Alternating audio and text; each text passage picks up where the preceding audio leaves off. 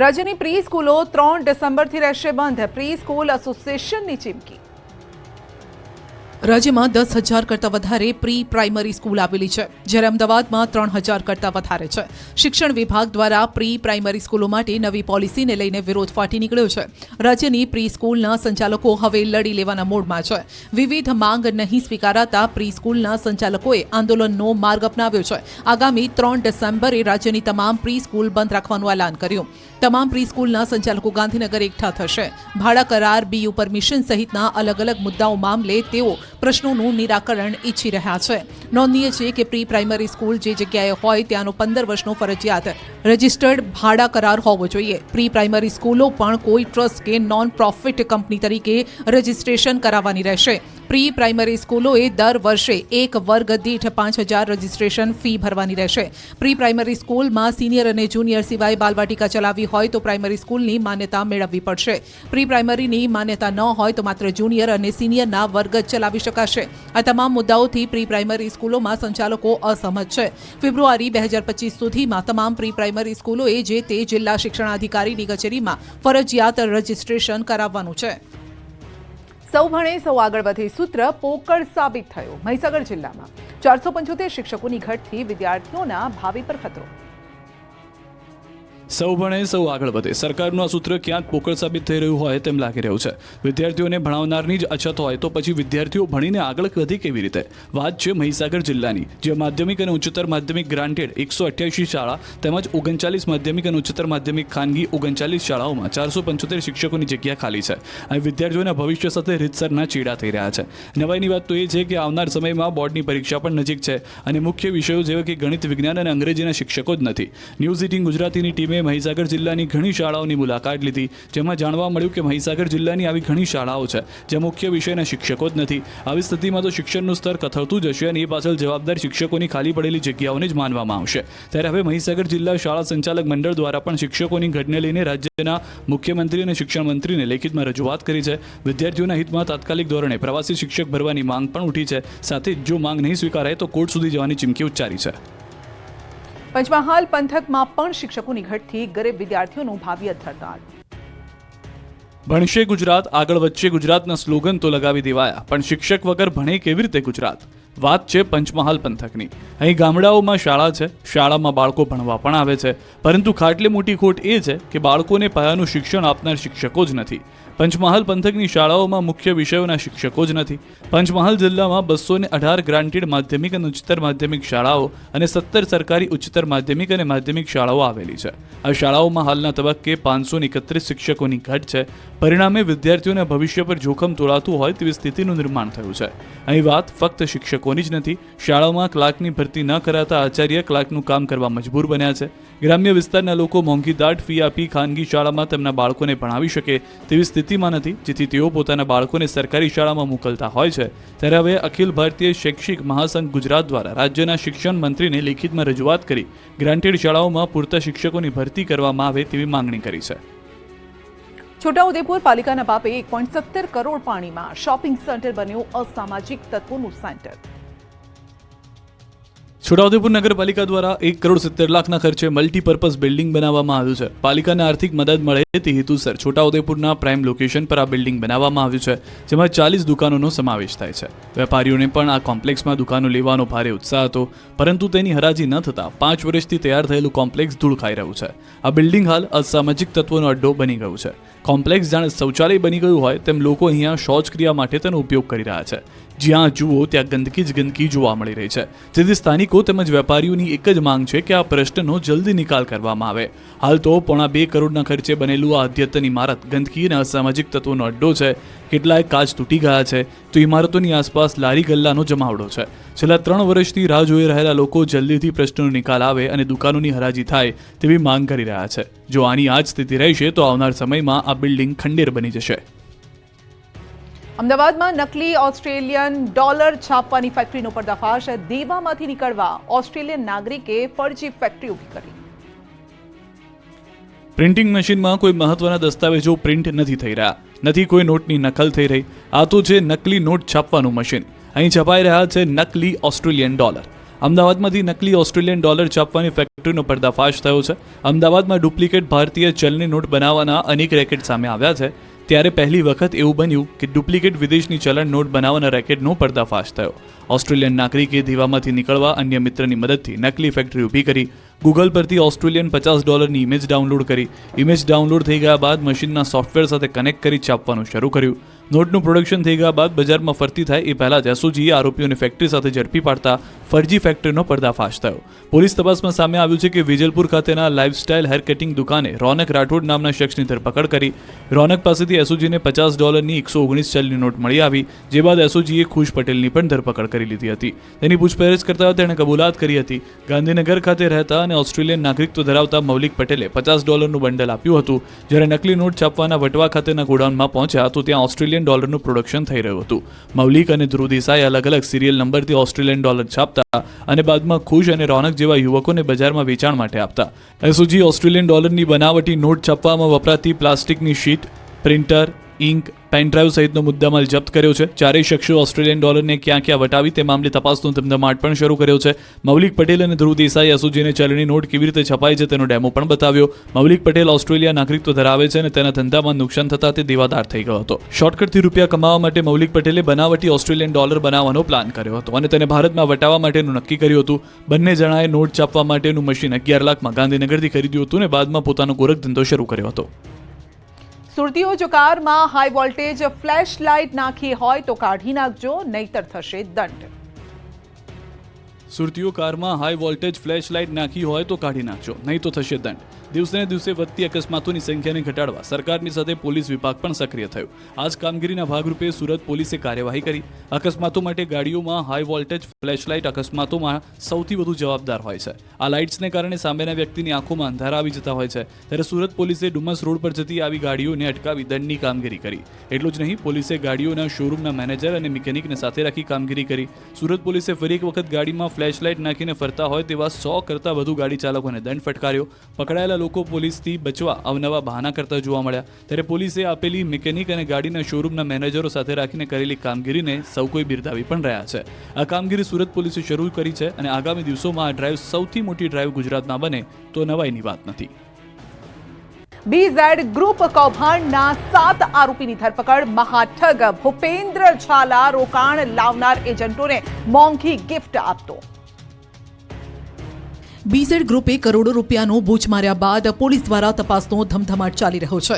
મહાકૌભાંડનો મહાઠગ Bhupendrasinh Jhala police પકડથી દૂર છે, પરંતુ પોલીસે આ કૌભાંડમાં સંડોવાયેલા 7 આરોપીઓની ધરપકડ કરી છે. સીઆઈડી ક્રાઇમે કૌભાંડમાં કુલ 7 આરોપીને પકડી પાડ્યા. 4 એજન્ટ અને સ્ટાફના લોકોને પકડ્યા છે. સીઆઈડી ક્રાઇમે વિશાલ ઝાલા, ગણપત, સંજય પરમાર, રણવીર મકવાણા, અંકિતની ધરપકડ કરી છે. આ તમામ આરોપીઓને કોર્ટમાં રજૂ કરાયા. ગઈકાલે પોલીસે એક આરોપી મયુર દરજીને દબોચી લીધો. તો વૈભવી કારો જપ્ત કરવાની કામગીરી પણ શરૂ કરાઈ છે. આ મામલે વધુ ચોંકાવનારો ખુલાસો થયો છે. પોલીસ તપાસમાં સામે આવ્યું કે રોકાણકારોને ઊંચા વળતરની લાલચ આપી બાટલીમાં ઉતારતા 7 થી 18% વ્યાજ આપવાની વાત કરીને પૈસા ઉઘરાવતા. એજન્ટોને રોકાણ પર 5 થી 25% કમિશન આપતા. રોકાણકારોના નાણાંમાંથી મોંઘી ગાડીઓ પણ ખરીદાતી હતી. ભૂપેન્દ્ર ઝાલા રોકાણ લાવનાર એજન્ટોને મોંઘી ગિફ્ટ પણ આપતો. ગિફ્ટમાં ફોર્ચ્યુનર અને ઓડી ગાડી આપતો હતો. સાથોસાથ જે લોકો ઇન્વેસ્ટ કરે તેને ગિફ્ટ રૂપે મોબાઈલ ફોન, ટીવી સેટ વગેરે વસ્તુ પણ અપાતી. આ સાથે તેમના જે એજન્ટો હતા તેમને પણ મોટું ઇન્સેન્ટિવ એટલે કે 5 થી 25% અપાતું હતું. ત્યારે પોલીસે ભોગ બનેલા લોકોને આગળ આવવા માટે અપીલ કરી છે. ઉત્તર ગુજરાતના લોકોને 6,000 કરોડનું બૂચ મારનાર મહાઠગ શ્રી 420 ભૂપેન્દ્ર ઝાલાની લાઇફસ્ટાઇલ ફિલ્મી સિતારાઓને પણ ટક્કર મારી એવી છે. ઉત્તર ગુજરાતના લોકોને કરોડોનું બૂચ મારનારા ભૂપેન્દ્ર ઝાલાએ આખા ગુજરાતમાં પોતાની જાળ પાથરી હતી. સાબરકાંઠાથી લઈ અમરેલી સુધી તેની ઓફિસ હતી. બીઝેડ ગ્રુપે સાબરકાંઠા, અરવલ્લી, મહેસાણા, અમરેલી સહિતના શહેરોમાં ઓફિસ ખોલી હતી. એટલું જ નહીં, બીઝેડ બ્રાન્ડના ટીવી, એસી, વોશિંગ મશીન પણ વેચતા હતા. રોકાણકારોને 3 થી 36% સુધીના વળતરની લાલચ આપી બાટલીમાં ઉતારનાર ઠગ બાજ વૈભવી લાઈફ જીવતો હતો. લોકોના પૈસા તે તાકડદિન ના કરતો ગુજરાતનો મહાઠગ હાલ ભૂગર્ભમાં ઉતરી ગયો છે. કૌભાંડનો મુખ્ય આરોપી ભૂપેન્દ્રસિંહ ઝાલાની હાલ શોધખોળ ચાલી રહી છે. એક્કા ડબલની સ્કીમ આપનાર, રોકાણના નામે લોકો સાથે કરોડોની છેતરપિંડી કરનાર મહાટક ભૂપેન્દ્ર ઝાલાના ઘરે ન્યૂઝ 18ની ટીમ પહોંચી તો દ્રશ્યો નિહાળી ચોંકી ગઈ. આલિશાન બંગલામાં મોંઘી દાટ 3 લક્ઝરી ગાડીઓ જોવા મળી. ઘર પર તેમની માતા અને બહેન હાજર હતા, પરંતુ પરિવારજન કંઈ પણ બોલવા તૈયાર નથી. પરિવારજન કૌભાંડથી અજાણ હોવાનું જણાવી રહ્યા છે. તેમજ ભૂપેન્દ્રસિંહ 3-4 દિવસથી ઘરે આવ્યો નથી તેવું જણાવી રહ્યા છે. લોકોના પૈસાએ અય્યાશી કરનાર મહાટક ભૂપેન્દ્ર સાબરકાંઠાના ઝાલાનગરમાં રહે છે. ભૂપેન્દ્રસિંહ ઝાલા વૈભવી લાઇફસ્ટાઇલ જીવતો, આલિશાન બંગલામાં રહેવાનું અને લક્ઝરીઝ કાર્સનો પણ શોખીન હતો. આ ઠગબાજને રાજકારણ જવાનો રસ હતો, એટલે રાજકારણના દિગ્ગજ નેતાઓ સાથે ગરોબો હતો. તેમની રાજકીય નેતાઓ સાથે પણ વગ હતી. ત્યારે મહાટકનું માર્કેટિંગ ખૂબ ધારાસભ્ય કરતા હોય તેવા દ્રશ્યો પણ જોવા મળ્યા હતા. બાયડના ધારાસભ્ય ધવલસિંહ ઝાલાનો BZ ગ્રુપ એજ્યુકેશન કેમ્પસ લોકાર્પણ સમારોહનો એક વિડીયો વાયરલ થયો, જેમાં નેતાજી ખુદ મહાટકની સ્કીમનું માર્કેટિંગ કરતા હોય તેવું લાગી રહ્યું છે. પોતાના ઉદ્બોધનમાં ધારાસભ્ય ધવલસિંહ ઝાલા જણાવી રહ્યા છે કે ભૂપેન્દ્રસિંહને 1 ના 2 અને 2 ના 4 કઈ રીતે કરવા તે સારી રીતે આવડે છે. કોઈએ ચિંતા કરવાની જરૂર નથી. BZ ગ્રુપે કરેલ ઠગાઈ મામલે ન્યૂઝ 18ની ટીમ આરોપી મયુર દરજીની ઓફિસ પર પહોંચી. ઓફિસ હાલ બંધ જોવા મળી. BZ ગ્રુપનો એજન્ટ મયુર દરજી હાલ CIDની કસ્ટડીમાં છે. CID ક્રાઇમે મયુર દરજી નામના એજન્ટની ધરપકડ કરી હતી. BZ ગ્રુપનો આરોપી એજન્ટ મયુર દરજીની ઓફિસ બાદ ન્યૂઝ 18ની ટીમ તેના ઘરે પહોંચી. તેમના ઘર પર પણ તાળા જોવા મળ્યા છે. પાટીદારો પર અત્યાચાર અટકાવવા મોરબીમાં પાટીદાર યુવાનોએ સામૂહિક રીતે ગન લાયસન્સની માંગણી કરી. મોરબીનો પાટીદાર સમાજ ઔદ્યોગિક, ધંધાકીય અને શૈક્ષણિક રીતે સમૃદ્ધ થઈ રહ્યો છે, પરંતુ હમણાંથી પાટીદાર યુવાનો ઉપર યેનકેન પ્રકારે દબાવ કરી ધમકાવીને અત્યાચારનો બનાવો વધી રહ્યા છે. તેથી આ અત્યાચાર રોકવા સ્વરક્ષણ મેળવવું જરૂરી છે. આ હેતુથી પાટીદાર યુવા સેવા સંઘની રચના કરવામાં આવી. આ સંગઠન હેઠળ પાટીદાર યુવાનો કલેક્ટર સમક્ષ સ્વરક્ષણ માટે હથિયારનું લાયસન્સ માંગ્યું. મોરબીમાં પાટીદાર યુવકોની સામૂહિક રીતે ગન લાયસન્સની માંગણી કરી. મોટી સંખ્યામાં પાટીદાર સમાજના યુવકો કલેક્ટર કચેરી એકત્ર થયા અને સામૂહિક રીતે ફોર્મ ભર્યા, તેમજ કલેક્ટરને આવેદનપત્ર આપીને રજૂઆત કરી. સમાજના યુવકો સાથે અન્યાય ન થાય તે માટે પાટીદાર સમાજના યુવકોએ શ્રી પાટીદાર યુવા સેવા સંઘની રચના કરી છે. યુવક યુવતીઓ વ્યાજખોરો, અપહરણ, અન્યાય, અત્યાચારનો ભોગ ન બને તે માટે સેવા સંઘની રચના કરાઈ છે. ત્યારે સંઘના યુવાનોએ કલેક્ટરને આવેદન આપ્યું અને સમસ્યાઓની રજૂઆત કરી, તો કલેક્ટરે પણ યોગ્ય કાર્યવાહીનું આશ્વાસન આપ્યું. સાથે જ જિલ્લામાં કાયદો વ્યવસ્થા જળવાઈ રહે તે માટે તંત્ર કાર્યરત હોવાની ખાતરી આપી છે. ગોળીબાજ શિક્ષકોની ખેર નથી. સુરતના પરદેશી સરકારી આચાર્ય સંજય પટેલને કરાશે સસ્પેન્ડ. સુરત મહાનગરપાલિકા સંચાલિત નગર પ્રાથમિક શિક્ષણ સમિતિની સ્કૂલોમાં ગુલ્લીબાજ શિક્ષકોના કિસ્સાઓમાં ભારે ઉહાપો મચાવી રહ્યા છે. શિક્ષકો લાંબા સમયથી ફરજ પર હાજર થતા ન હોય, કાર્યવાહીને આધારે તગેડી મુકાયા છે. સ્કૂલની બહાર દુબઈ બિઝનેસ કરતા હોય અને 33 વાર ફરવા જતા હોવાથી વિવાદનું વંટોળ સર્જાયું છે. સમગ્ર પ્રકરણમાં આચાર્ય ખુદ અપહરણની ફરિયાદ કરવા જતા ભેરવાયા હોવાનો ઘટસ્ફોટ થયો છે. સમિતિએ સમગ્ર પ્રકરણમાં શોકોઝ નોટિસ ફટકારી હતી. તેમ છતાં આચાર્ય ખુલાસો કરવા હાજર થયા ન હતા. હાલ તપાસ ચાલી રહી છે. ત્યારે આ મામલે શિક્ષણ રાજ્યમંત્રી પ્રફુલ પાનસેરિયા આચાર્યને તાત્કાલિક સસ્પેન્ડ કરવા આદેશ આપ્યા છે. આ સાથે જ ECBમાં પણ કેસ કરવામાં આવશે. મહત્વનું છે કે સુરતના કોસાડ આવાસમાં આવેલી સ્કૂલ નંબર 285માં સંજય પટેલ આચાર્ય તરીકે ફરજ બજાવે છે. સરકારી સ્કૂલના આચાર્ય સંજય પટેલ સ્કૂલનું કામ છોડી વ્યાપાર કરતા હોવાની ફરિયાદ મળી હતી. દુબઈમાં વેપાર કરતા હોવાથી વારંવાર દુબઈ જતો હતો. વર્ષ 2023માં 33 વખત દુબઈ પ્રવાસ કર્યો હતો. આચાર્યને અપહરણકારોએ ઢોરમાર માર્યો હોવાની પોલીસ ફરિયાદ બાદ આખો કેસ સામે આવી ગયો હતો. નોટિસ આપતા અકસ્માતનો બહાનું કાઢીને હાલ આચાર્ય મેડિકલની લીવ લઈ ઉતરી ગયા છે. સંજય પટેલે અમદાવાદ ફરિયાદ આપ્યા બાદ દુબઈ પ્રવાસનો ભાંડો ફૂટ્યો છે. કેસમાં અમદાવાદ મણિનગરના ઓફિસ ધરાવતા શખ્સે નિકોલના વ્યક્તિ સાથે મળી આચાર્ય સંજય પટેલની ઓળખાણ મારફતે દુબઈમાં રહેતા અને એક વ્યક્તિને ઉછીના 3.5 કરોડ અપાવ્યા હતા. સમયસર પૈસા પરત ન કરતા શખ્સોએ સંજય પટેલને મણિનગર બોલાવી અને ત્યારબાદ સ્થળ પર ગોંધી રાખી માર માર્યો. ત્યારે હાલ તો આચાર્ય અકસ્માતનું બહાનું કાઢી મેડિકલ લીવ પર ઉતરી ગયા છે. સુરત તેમજ અન્ય જિલ્લાના શિક્ષકો 3 મહિના કે 6 મહિનાથી વધુમાં વધુ રજા પર રહી વિદેશમાં કે અન્ય જગ્યાએ બિઝનેસ અથવા નોકરી કરી રહ્યા હોય એવા 2 શિક્ષકો છે. તેની સામે પણ કાર્યવાહી થશે. અંજારમાં લોકસુનાવણીમાં 20 ગામના લોકોનો હલ્લાબોલ. પ્રાંત અને GPCB અધિકારીને ભાગવું પડ્યું. અંજારના ભુવડ નજીક જ એક કેમિકલ કંપની આવી રહી છે અને જેની લોક સુનાવણી શરૂ થાય તે પહેલા જ 20 ગામના લોકોએ અધિકારીઓને ઘેર્યા. અંજારમાં ખાનગી કંપની માટે લોક સુનાવણી યોજાઈ, જેના વિરોધમાં 20થી વધુ ગામના લોકો ભેગા થયા. ભુવડ, ખેડોઈ અને આસપાસના ગામના રહેવાસીઓએ આ કેમિકલ કંપનીનો વિરોધ કર્યો. લોકોએ મોટી સંખ્યામાં એકત્રિત થઈને લોક સુનાવણીનો વિરોધ કર્યો. લોક સુનાવણી રદ કરવાની માંગ સાથે સ્થાનિકોએ હલ્લાબોલ કર્યો. વિરોધ વચ્ચે પણ પ્રાંત અધિકારી ટસનામસ ન થયા અને સુનાવણી રદ ન કરતા લોકો વધુ ભડક્યા. સ્થાનિકોએ સુનાવણી સ્થળે જ ધરણા શરૂ કર્યા. અંદાજિત 700 થી 800 લોકોએ ઉગ્ર વિરોધ પ્રદર્શન કરતા પ્રાંત અધિકારી અને GPCB અધિકારીને પરસેવો છૂટી ગયો.